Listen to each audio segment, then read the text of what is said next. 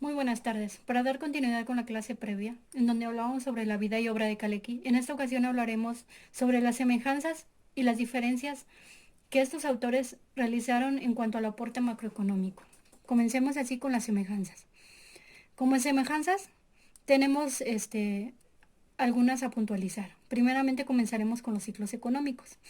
Tanto Keynes como Kalecki en sus principales obras realizan aportaciones importantes en cuanto a los ciclos económicos. John Maynard Keynes lo hará en su obra La teoría general del empleo, interés y el dinero, mientras que Michel Kalecki lo hará en los temas selectos sobre la dinámica económica capitalista. Keynes realiza su obra en 1936, mientras que Kalecki lo realiza 3 años antes, en 1933. Keynes como tal no tenía una teoría del ciclo económico, pero sus aportes permiten de alguna manera realizar de manera implícita una teoría del ciclo económico. Eh, cons- Concretamente en el capítulo 22, él desarrolla la secuencia y el tiempo y la duración de lo que se justifica como el ciclo económico, mientras que Michel Kalecki sí desarrolla ampliamente lo que es el modelo de ciclo económico, y es así que desde su introducción de esta obra desarrollará o mencionará ampliamente las contribuciones principales de la teoría de la dinámica en la economía capitalista. ¿Qué otra semejanza tiene? Ambos hablan sobre la inexistencia de un mecanismo automático que conduce a las economías al nivel de pleno empleo. Eh, Keynes rompe con el enfoque neoclásico, es decir, para él se da la ausencia de la ley de Say, que nos decía que la oferta creaba su propia demanda. La oferta mediante variaciones en lo que es el salario, que vamos a explicar a continuación. Mientras que Kalecki rompe con la idea marxista de que el desempleo es una necesidad del sistema capitalista. Los salarios, las ganancias y el desempleo, por su parte, va a decir Kalecki, son parte de la dinámica cíclica de la economía y no podrán ser separados uno del otro. Entonces, ¿cómo dice Keynes o qué es lo que dice Keynes? Bueno, Keynes va a cuestionar el mercado de trabajo. Recordemos que tanto Keynes como Kalecki vivieron durante la Gran Depresión de los años 30. Entonces, él va a decir, bueno, eh, eh, la solución y la cuestión no es como ustedes lo están estableciendo y lo está dando la ejemplo, la realidad, ¿no? Que estamos viviendo. Entonces, él hace crítica a dos postulados. La cuestión de la ley de rendimientos decrecientes y el, el segundo postulado que dice que la utilidad del salario es igual a la de su utilidad marginal del mismo, ¿no?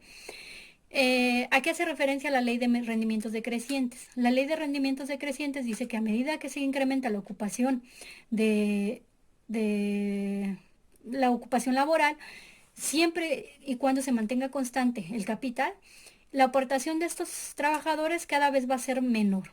Es decir, la aportación adicional al producto total va a disminuir. ¿Por qué? Porque cada vez van siendo más y se supone que el capital va siendo constante o sigue siendo el mismo, ¿no? Entonces, ¿qué pasa si el aporte de los trabajadores disminuye? Se supone que debe de disminuir el salario, o sea, W. Pero, ¿para qué se hace esto? Pues simple y sencillamente para que el salario se iguale a la productividad marginal del capital. Sabemos que en equilibrio la productividad marginal debe de ser igual al precio, ¿no? Pero en este caso el precio es el salario, ¿no? Porque estamos hablando de mano de obra. Entonces su productividad marginal de ese trabajo debe de ser igual al salario. Pero ellos hablaban de salario real. Entonces dice Keynes, si bien es cierto que una reducción en el salario nominal va a traer una reducción en la mano de obra. ¿Por qué? Porque si el salario ofrecido a la semana son de 1,000 pesos y baja a 500, probablemente algunos dejen de ofrecer su mano de obra. Pero no va a pasar lo mismo con W sobre P. ¿Por qué? Porque si baja el salario nominal, eso implica que va a haber menos ingresos para gastar. Entonces, si hay menos ingresos, demanda menos productos. Y si demandas menos productos, recordemos la curva de oferta y demanda. La curva de demanda tiene pendiente negativa. Y si baja la demanda, implica que se va a desplazar y va a bajar el nivel de precios, ¿no? O sea, menor demanda, nadie quiere jitomates, entonces, ¿qué es lo que pasa? Que su precio baja. Entonces él dice, este, eh, de alguna manera no es posible realizar estos ajustes. ¿Por qué? Porque los niveles de precios no van a moverse siempre en la misma proporción y los niveles de precios vienen determinados por otros aspectos. De alguna manera, los trabajadores y los empleados pueden llegar a realizar convenios sobre salarios nominales, pero no sobre salarios reales. Entonces, digamos, ahí viene la objeción de Keynes y la cuestión por la cual dice, bueno, tú no puedes seguir bajando los salarios reales. No puedes seguir haciéndolo porque tú no puedes influir sobre los demás niveles de precios. Entonces, eso hace que no se te dé tu ajuste automático, mientras que Kalekis dice lo siguiente. Kalekis va a mencionar que en primera la economía no tiende al pleno empleo y la suerte va a depender del sistema en el cual se desarrollan los capitalistas y qué actitud tome el Estado para incentivar a estos capitalistas a realizar inversiones. Para ello él menciona que bueno, el valor de producción va a ser igual a qué? A los costos que se establecen, o sea, M, para producir los bienes, más los salarios que se invierten para producir esos bienes, más P, que significa las ganancias, ¿no? Entonces dice que una reducción en los salarios nominales, o sea, en W, va a hacer que los recursos del capitalista se incrementen, o sea, las ganancias, P se va a hacer más grande, pero a la vez, si P se incrementa, eso implica que va a haber más inventarios. ¿Por qué va a haber más inventarios? Porque si W baja, si los salarios bajan, hay menos ingresos. Y si hay menos ingresos, se supone que puedes gastar menos. Entonces, al aumentar vas a comprar menos y entonces demandas menos y lo que implica que a los capitalistas les aumenten los inventarios. O sea, ya no se va a demandar tanto. Si no se demanda tanto, pues incrementa la oferta. Y si incrementa la oferta, recordemos lo mismo, la misma cuestión. Si se incrementa la oferta, entonces ¿qué va a pasar con los precios? Los precios caen, ¿no? Entonces el resultado final dice, si se incrementaban inicialmente los beneficios por esta reducción de los salarios, finalmente los precios bajan y entonces los beneficios van a ser, o sea, la igualdad se va a seguir dando. ¿Por qué? Porque entonces sus beneficios iniciales se van a compensar ¿con qué? O se van a equilibrar ¿con qué? Con la parte de la reducción de los precios. O sea, sigue ganando lo mismo, ¿no? Sus beneficios siguen siendo igual. Entonces, esta es la aportación que da Kaleki y Keynes en cuanto a el ajuste automático. Y entonces ambos van a pasar a decir, no, la esencia del problema no es la oferta, más bien va a ser la demanda. Cada uno lo va a hacer a su manera. Keynes se va a enfocar más hacia estas variables consumo, inversión y gasto, que bueno, las denomina inversión de capitalista, inversión de gobierno, ¿no? Mientras que Kaleki va a decir, el punto esencial va a ser la inversión. Entonces, los dos van a abandonar la idea, ya dijimos, de perfecto equilibrio de mercado. Para Keynes, el consumo va a estar en función del ingreso y de la propensión marginal a consumir. Recordemos que el consumo es igual a consumo autónomo más C, que es la propensión marginal a consumir, que está en función del nivel de ingreso. ¿Y qué es lo que nos va a decir esta propensión marginal a consumir? Que a medida que aumentamos el ingreso, nuestro consumo aumenta, pero menos que proporcionalmente. ¿Por qué? Porque C siempre va a estar entre 0 y 1. Y la inversión, que puede ser inversión del gobierno o inversión de capitalistas, que está bastante determinada por la tasa de interés. Y bueno, para Kaleki, por el contrario, va a decir Kaleki que la idea principal van a ser las inversiones. Sí está determinado también por el lado de la demanda agregada, pero bueno, él siempre va a decir, la solución al problema no consiste en la reducción en los salarios nominales, va a consistir en qué? En que el gobierno permita que se accione la inversión. O sea, el gobierno juega un papel importante, pero para ayudar a motivar o incentivar que se lleve a cabo la inversión. Entonces, ¿qué otra semejanza tiene? Como ya lo mencionamos, el Estado va a tener un rol decisivo, importante para desempeñar la economía y, por tanto, resolver los problemas. ¿Por medio de qué? De política fiscal o monetaria. Siendo principalmente en Keynes, dice él, sí es importante la política monetaria, pero es más importante la política fiscal. ¿Por qué? En primera, recordemos el multiplicador del gasto que ya hemos analizado en otras clases previas, cuando analizábamos Keynes, ¿no? El multiplicador del gasto nos va a decir en cuánto se va a incrementar la economía cuando se incremente en una unidad adicional el nivel de gasto. ¿Por qué? Porque, bueno, todo este multiplicador que está compuesto por propensión marginal a consumir, propensión marginal a importar y una tasa impositiva, nos va a dar un valor. Cuando el multiplicador es mayor a 1, implica que si yo realizo un gasto adicional de 1 peso, la economía va a crecer en más de un peso, siempre y cuando el multiplicador sea mayor a 1, ¿no? Y también le va a dar papel a las tasas de interés y su influencia en la inversión, porque ya decíamos, si la tasa de interés baja, entonces, ¿qué puede pasar con la inversión?